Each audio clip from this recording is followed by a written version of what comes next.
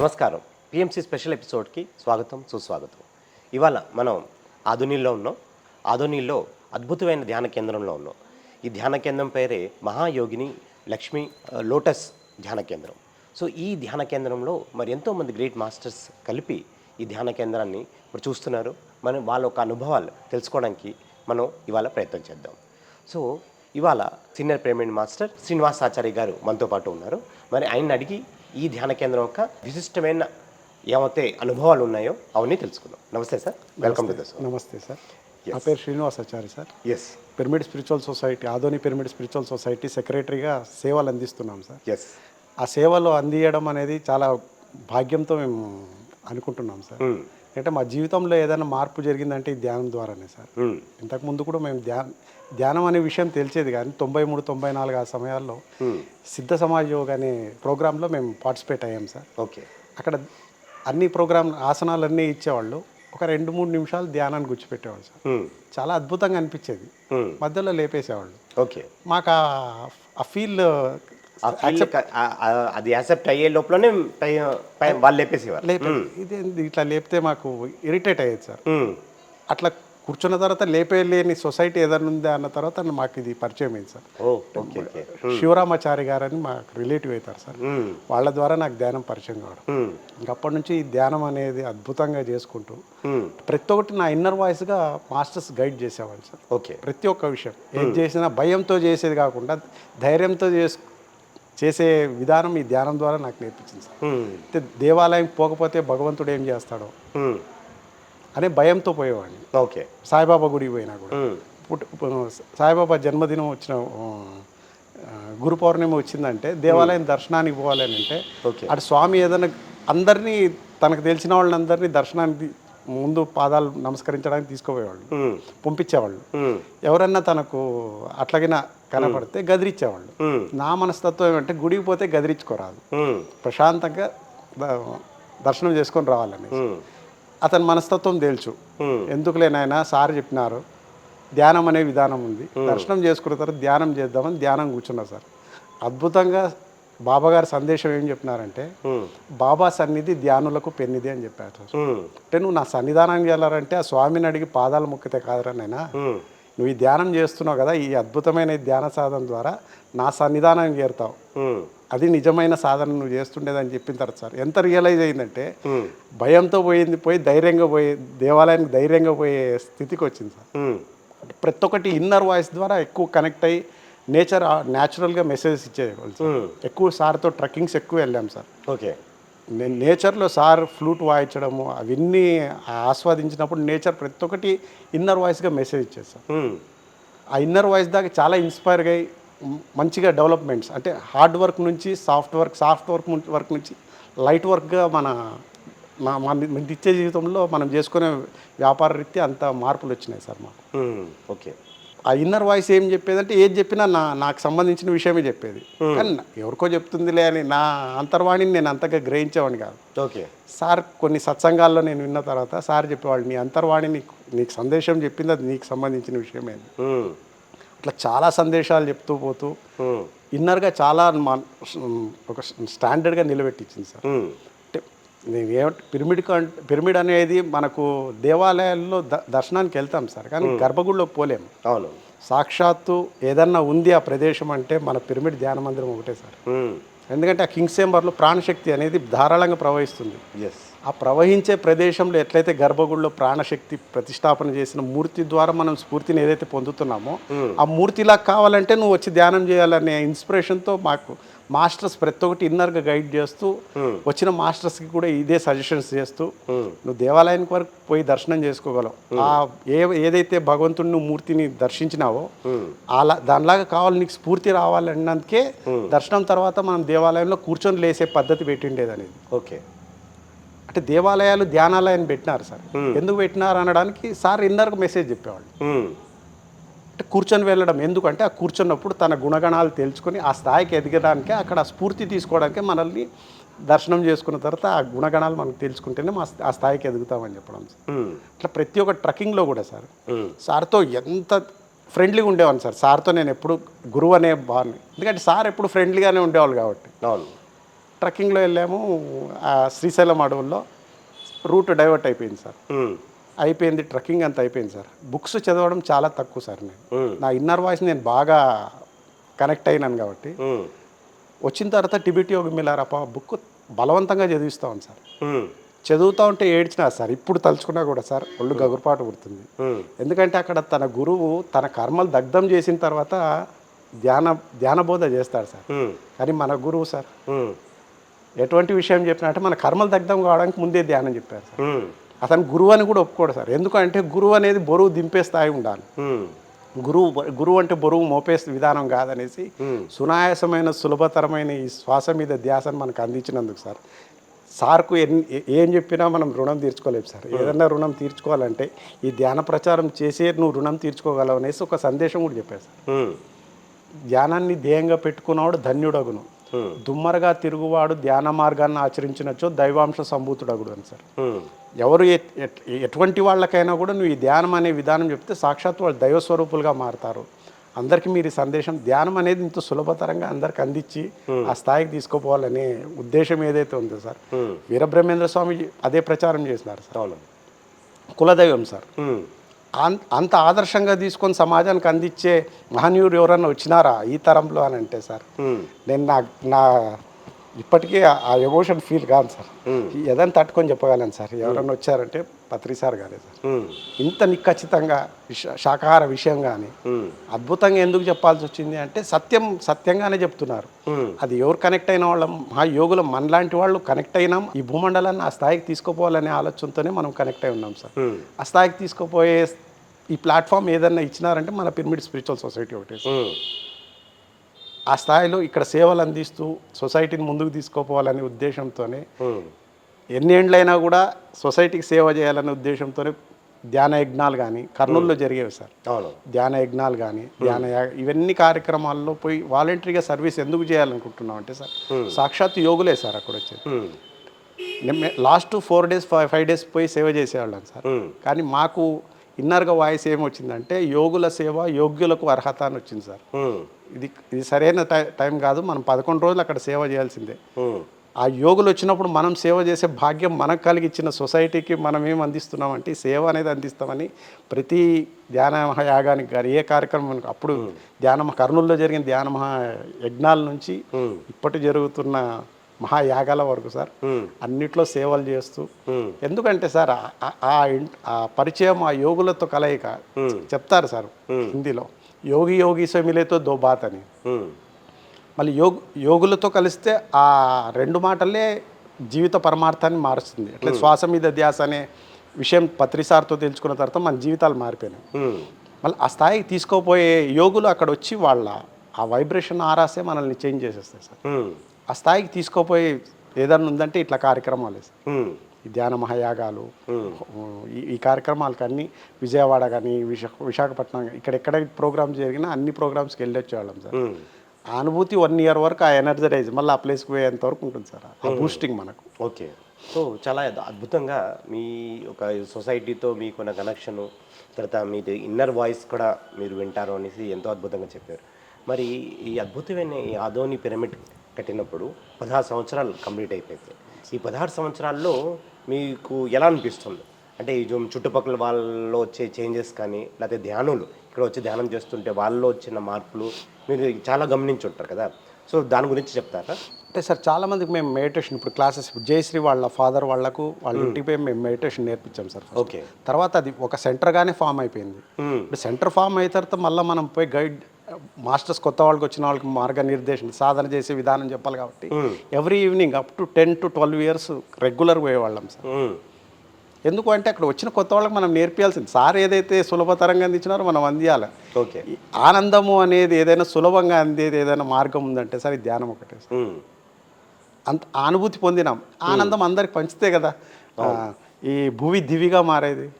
మళ్ళీ దివిగా మార్చే మార్గం సార్ ఇంత సునాయాసంగా చెప్పిన తర్వాత మనం ఎందుకు సాయంత్రం పూటన 1 గంట అట్లా సత్సంగం చేసినట్టు ఉంటుంది.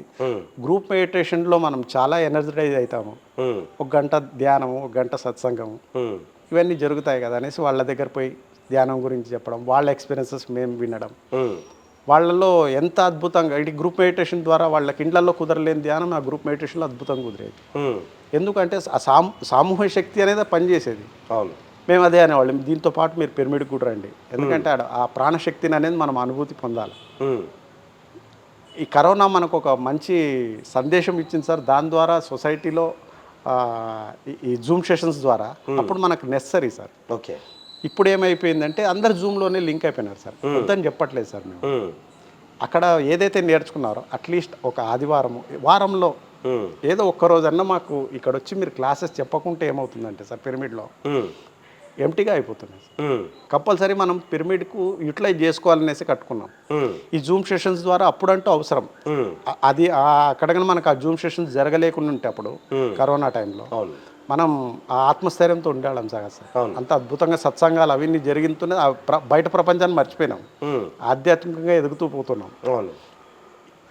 నెక్స్ట్ కరోనా అంతా అయిపోయిన తర్వాత పిరమిడ్కి రండి అని అంటే, సార్ నేను జూమ్స్లో క్లాసులు వింటున్నాను, సాధన చేస్తున్నాను అంటున్నాను.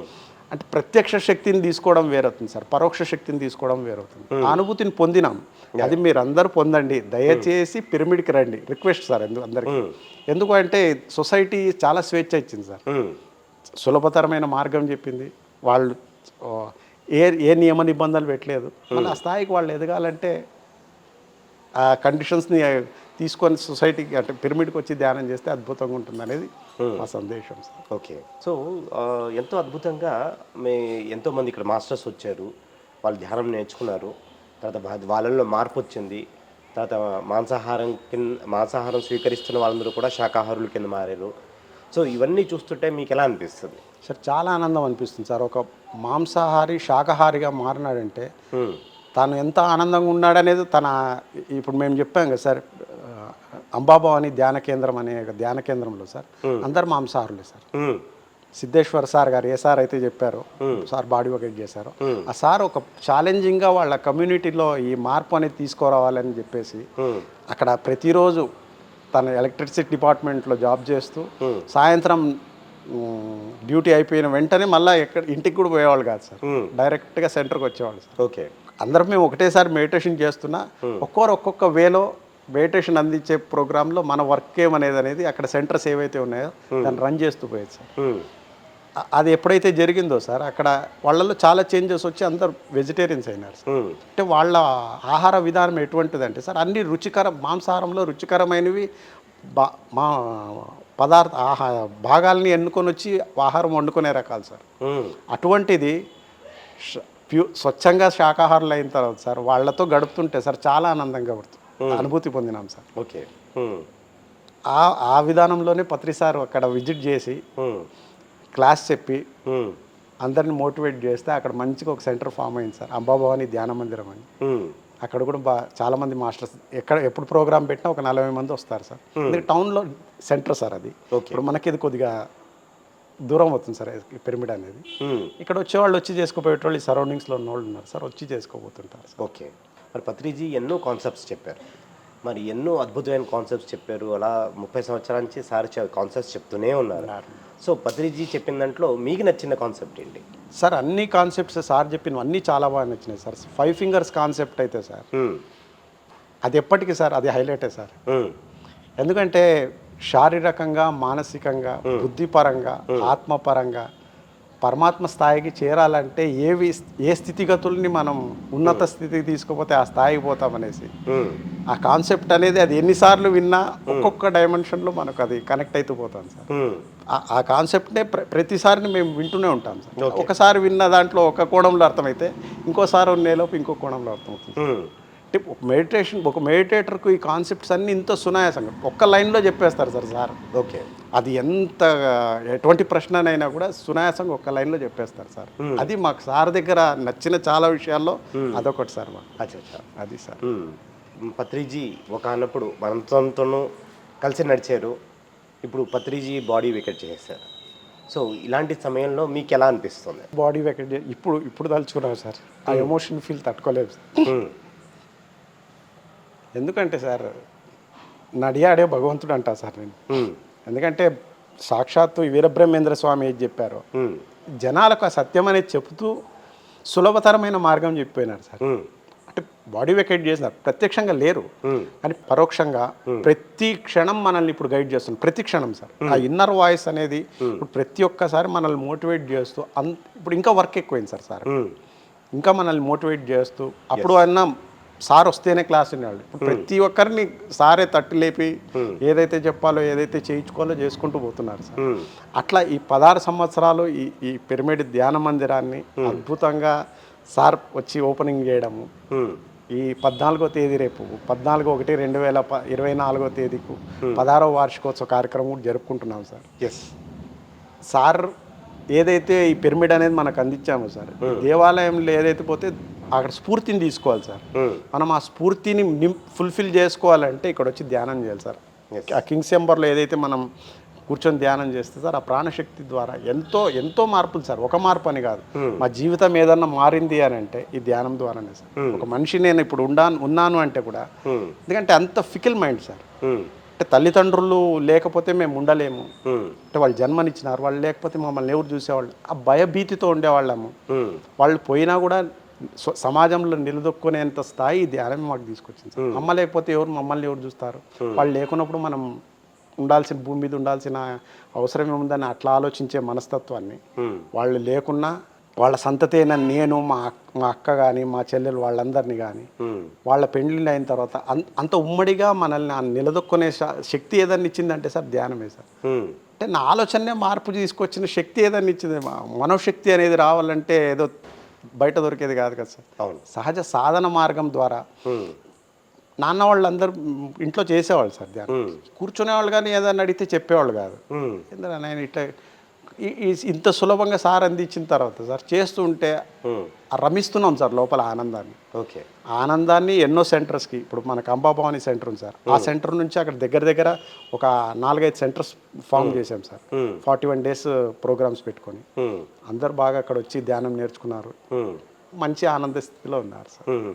ఓకే, సో ఈ 16 సంవత్సరాలు అంటే మీరు ఈ 16 years పాటు మీరు చాలామంది మీ ఫౌండింగ్ మెంబర్స్ అందరూ ఉన్నారు. సో మీ అందరిది ఒక యూనిటీ మూలంగా ఈ 16 సంవత్సరాలు చాలా సునాయాసంగా గడిచింది. సో ఈ 16 సంవత్సరాల్లో మీకు జరిగిన సంఘటనలు ఏమి ఎదుర్కొన్నారు, మీరు ఎలా దాన్ని అధిక్రమించారు, అది మాతో షేర్ చేసుకుంటారా? అంటే సార్ ఇక్కడ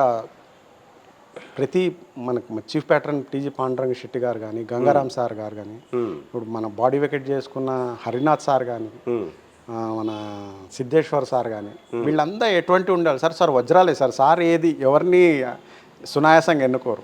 వీళ్ళు ఉన్న వాళ్ళు ఎటువంటి ఉన్నారు సార్, ఒక్కొక్కరు వజ్రాలు సార్. ఒకరు కోహినూర్ డైమండ్, వారు ఇంకో రూబీ, అంటే ఒక్కొక్క వజ్రం ఆ విలువైన మనుషుల మధ్యలో మనం ఉన్నామంటే మనం వజ్రాలకే తయారవుతాం సార్. అలాగే ఈ సంస్థకు ఈ సేవలు అందిస్తూ మేము సేవనే అంటాం సార్, హోదా చెప్పాం. ఎందుకంటే ఆ సేవ చేసే భాగ్యం రావాలంటే అంత ఆషామాషి కాదు సార్. అయితే అట్లా తయారు చేస్తూ మన కింద వాళ్ళకు కూడా సొసైటీకి మనం సేవ చేస్తే ఏమవుతుంది అనేసి మాస్టర్స్ కూడా ఇన్నర్గా సజెస్ట్ చేస్తారు సార్.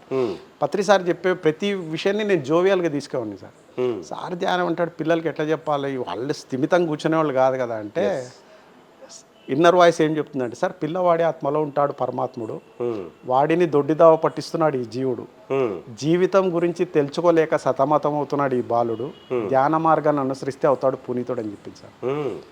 ఎందుకు ధ్యానం చెప్పాలి పిల్లలకి అన్నందుకు ఇన్నర్ వాయిస్ ఈ విషయం చెప్తుంది సార్. అంటే సొసైటీలో వాళ్ళు వచ్చేస్తున్నారు, వాడు సమాజంలో వచ్చిన తర్వాత ఎట్లా వాడి ఎదుగుదల ఏం కథ అని ఆలోచన చేస్తే సాధన మార్గం లేదు.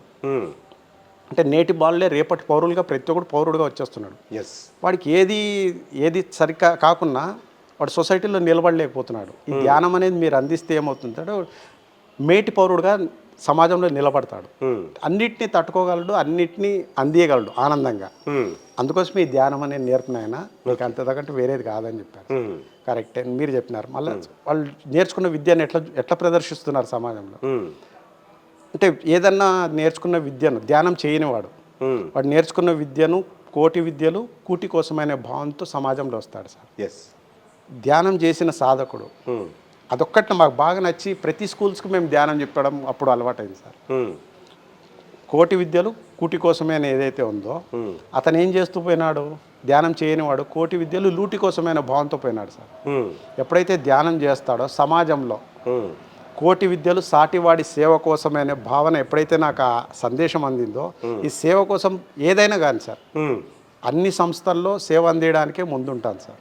అది ఏ సంస్థ అయినా కానీ. ఎందుకంటే సమాజానికి మనం ఏం అందియాలా, తనకి ఏదైతే ప్రభుత్వ పథకాలు ఏదైనా కానీ సార్, అన్నిటికీ మేము వాళ్ళకి అందిస్తే వాళ్ళలో ఆ చైతన్యం వస్తుంది. తర్వాత ఏదో ఒక ధ్యానం అనే విషయం ఏదో ఒక రకంగా చెప్పడం జరుగుతుంది.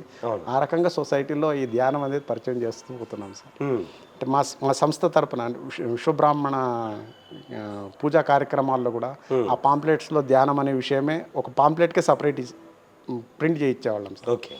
అనేవాళ్ళు, ఎందుకు నువ్వు చెప్పే కాన్సెప్ట్ ఎక్కడ కనెక్ట్ అవుతుందంటే, వేదాలు 4 అంటారు, ఒకటి అతను ఏది చెప్పలేదంటే ప్రణవ వేదం అనేది సాధన మార్గం, అది చేసుకునేది, ఈ 4 చూసుకునేది.